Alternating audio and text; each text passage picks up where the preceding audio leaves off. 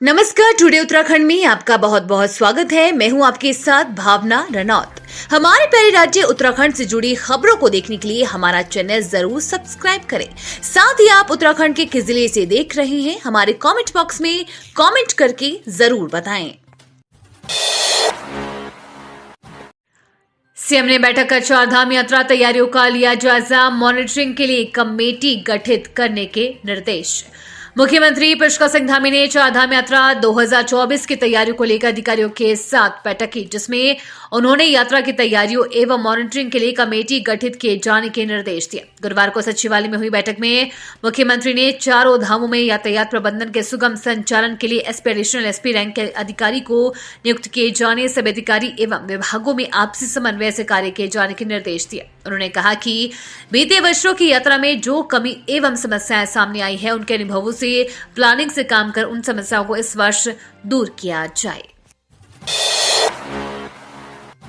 श्रद्धांजलि 11 पर्वतारोही के नाम पर होगी। अनारोहित चोटियां हिमस्खलन हादसे में गंवाई थी जान। गढ़वाल के मालिक की अब तक अनारोहित चोटियों का नामकरण द्रौपदी का डांडा 2 हिमस्खलन हादसे में मृत राज्य के 11 पर्वतारोहियों के नाम पर होगा। मृत पर्वतारोहियों को श्रद्धांजलि देने के उद्देश्य से नेहरू पर्वतारोहण संस्थान ने 11 अनारोहित चोटियों के आरोहण की योजना बनाई है, जिसे इस साल मई से जुलाई तक पूरा करने का लक्ष्य रखा गया है। वर्ष 2022 में निम्न के एडवांस माउंटेनियरिंग कोर्स के दौरान द्रौपदी का डांडा 2 चोटी आरोहण के वक्त हिमस्खलन हादसा हुआ था। हादसे में 28 पर्वतारोहियों की मौत हो गई थी, जबकि एक अभी लापता है। इन पर्वतारोहियों में राज्य के एवरेस्ट विजेता सविता कंसवाल सहित 11 पर्वतारोही शामिल थे।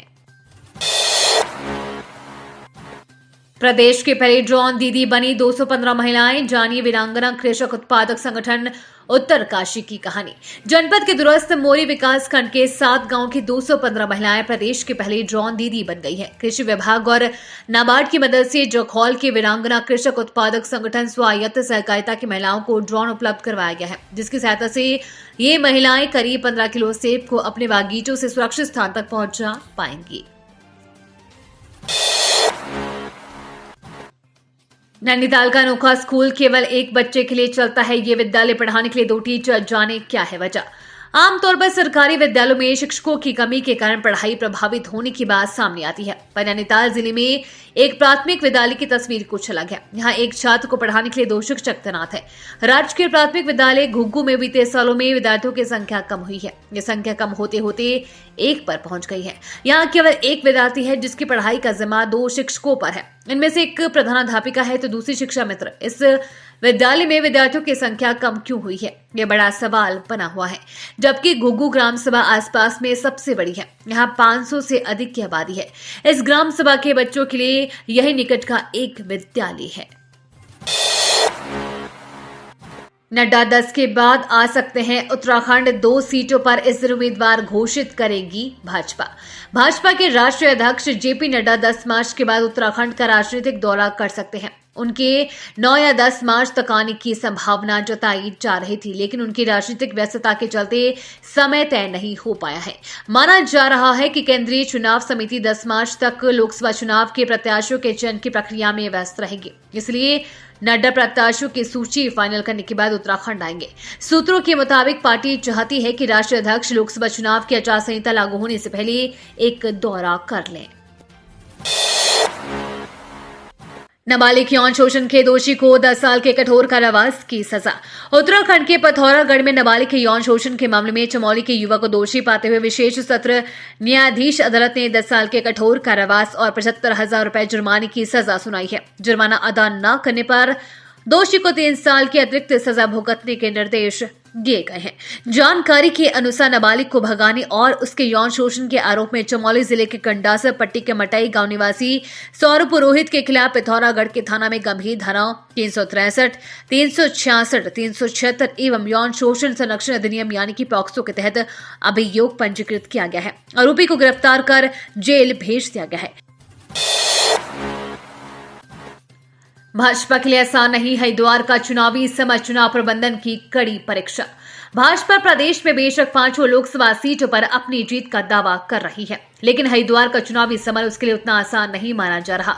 इस संसदीय सीट के चुनावी समीकरण उतने सरल नहीं है जितने भाजपा मानकर चल रही है। सियासी जानकारों का मानना है कि जातीय समीकरणों के लिहाज से इस सीट पर भाजपा का चुनाव प्रबंधन कठिन चुनौतियों से होकर गुजरेगा। इन्हीं चुनौतियों के कारण पार्टी को इस सीट पर जिताऊ प्रत्याशी की तलाश के लिए तगड़ी मशक्कत करनी पड़ रही है। इस सीट पर पार्टी के चुनाव बूथ प्रबंधन की भी परीक्षा है।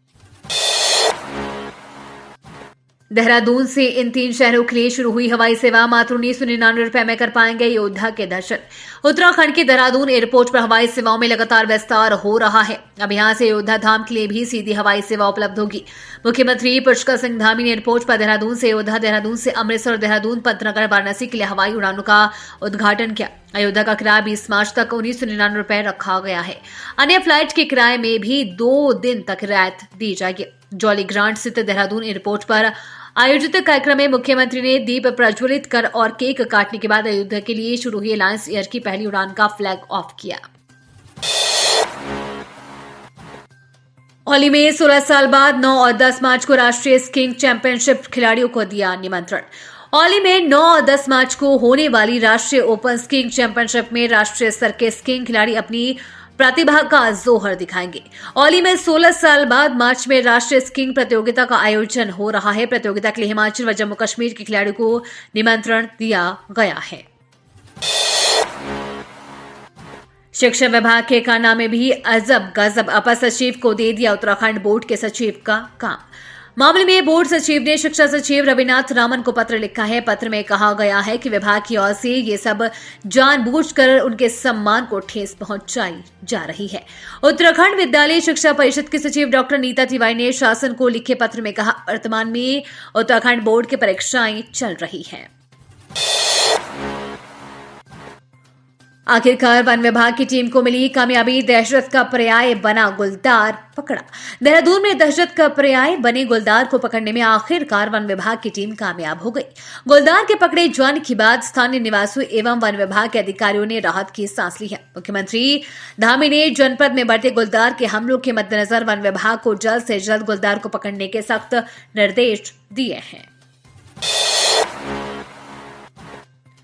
प्रदेश को मिले 394 ग्राम विकास अधिकारी सीएम धामी ने दिए नियुक्ति पत्र। मुख्यमंत्री पुष्कर सिंह धामी ने अधीनस्थ चयन सेवा आयोग के माध्यम से ग्राम्य विकास विभाग में 394 ग्राम विकास अधिकारी के पद चयनित अभ्यर्थियों को नियुक्ति पत्र प्रदान किया। इस मौके पर सीएम ने कहा, विकसित भारत के लिए गांव के सामाजिक व आर्थिक व्यवस्था मजबूत करने की जरूरत है। बृहस्पतिवार को सीएम आवास के मुख्य सेवक सदन में आयोजित नियुक्ति पत्र वितरण कार्यक्रम में मुख्यमंत्री ने कहा, नवनियुक्त ग्राम विकास अधिकारी जिम्मेदारी और ईमानदारी से अपने कर्तव्यों का निर्वहन करते हुए गांव के विकास में महत्वपूर्ण योगदान देंगे। साथ ही अपनी जिम्मेदारी को पहले दिन से ही कड़ा अनुशासन बनाकर प्रारंभ करेंगे।